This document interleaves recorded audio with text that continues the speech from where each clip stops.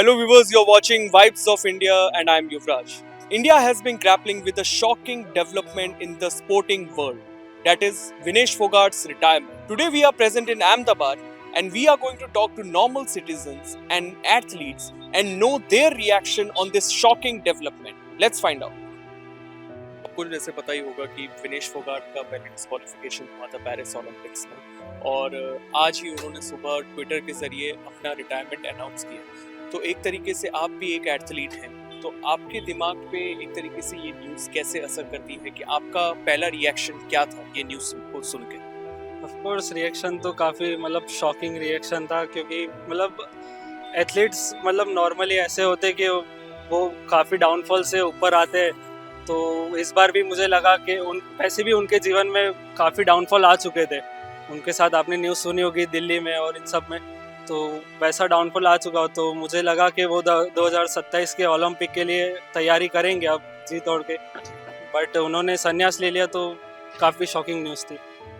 आपका नाम? अभिषेक श्रीवास्तव। आपने अभी हाल ही में सुना होगा कि विनेश फोगाट का ने रिटायरमेंट अनाउंस की सोशल मीडिया के थ्रू, और वो रिटायरमेंट भी तब आई जब उनका डिस्क्वालिफिकेशन हुआ ओलंपिक्स में। तो आपने जब ये न्यूज़ सुनी और देखी तो आपके दिमाग में क्या चला? मुझे लग रहा है ये बहुत सैड न्यूज़ है इंडिया के लिए, क्योंकि हमारे पास चांस था एक गोल्ड मेडल आने के लिए, आ सकता था, बट मुझे लगता है ये लास्ट मोमेंट पे ऐसा नहीं होना चाहिए था। एटलीस्ट मुझे लगता है उन्हें सिल्वर मेडल तो कम से कम मिलना चाहिए इस मोमेंट पे। तो आपको लगता है कि सिल्वर मेडल के लिए वो पूरी हकदार है? पूरी हकदार है सिल्वर मेडल की। इंडिया की पहली वुमेन से जो फाइनलिस्ट पे गई हैं, तो मुझे लगता है गोल्ड मिल सकता था उनको, बट मुझे लगता है कहीं ना कहीं उनके जो सपोर्ट स्टाफ है उनकी गलती हुई, क्योंकि इतने लेवल पे आप ओलंपिक जैसे बड़े लेवल पे जाते हैं कोई गेम बड़ा खेलने, तो आपको हर मूवमेंट पे ध्यान देना पड़ता है। तो मुझे लगता है उनकी भूल है, जिससे हमारे हाथ एक बड़ा वर्ल्ड रिकॉर्ड आते आते रह गया। Your name? Ashutosh. So you must be aware about the Vinesh Fogart's retirement. So today morning she announced the retirement on Twitter. So it is a big blow to the sporting world and especially those who follow the Olympics. So what do you think of that? Like, as an athlete or maybe as a common citizen, what it means for India if she would have won gold?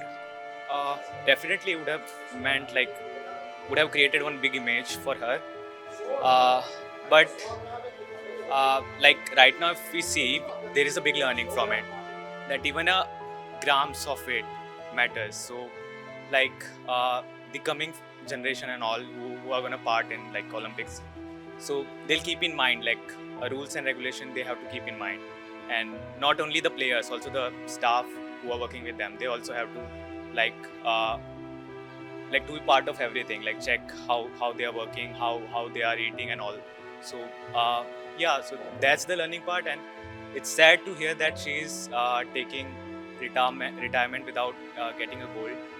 So I think let's hope that India perform well in coming games. So do you believe that if she would have been in the final, she would have won gold for India? Yeah, definitely. The way she was playing all the 3 matches she played, she was on tremendous form. So I was thinking she would have definitely gotten gold in the final. Vinesh Phogat का जैसे आप लोगों ने खबरों में देखा होगा कि विनेश फोगाट डिस्क्वालीफाई हुई थी पहले, आज सुबह ही उन्होंने ट्विटर के जरिए अपना रिटायरमेंट अनाउंस किया।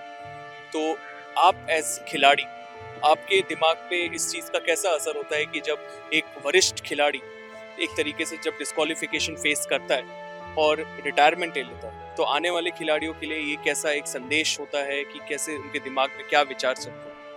सबसे फर्स्ट तो ऑफ कोर्स रिग्रेट तो होगा, क्योंकि इतने एक लेवल तक पहुंचने के बाद, जब इतना 3 मैचेस जीतने के बाद, जापान के लास्ट टाइम को गोल्ड मेडलिस्ट को हरा के और फाइनल्स में अपना प्लेस बनाने के बाद जब वो डिस्क्वालीफाई हुए due to only 100 grams overweight होने के बाद, ऑफ कोर्स बुरा तो काफ़ी हद से ज़्यादा लगता है। एज ए एथलीट उनको ज़्यादा हमारे से पता होगा, लेकिन हम बयान नहीं कर पाएंगे।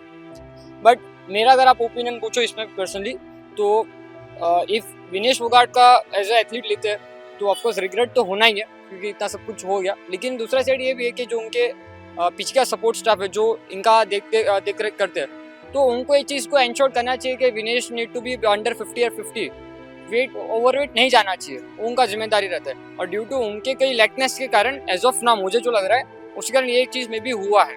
सो ऑफ कोर्स बुरा तो लगता है, लेकिन किसी और के सपोर्ट स्टाफ की वजह से यदि कोई एथलीट उसका डिस्क्वालिफिकेशन फेस करता है तो हद से ज़्यादा बुरा लगता है। आपका नाम? मनीष। तो आप एक खिलाड़ी हैं। हाँ यस।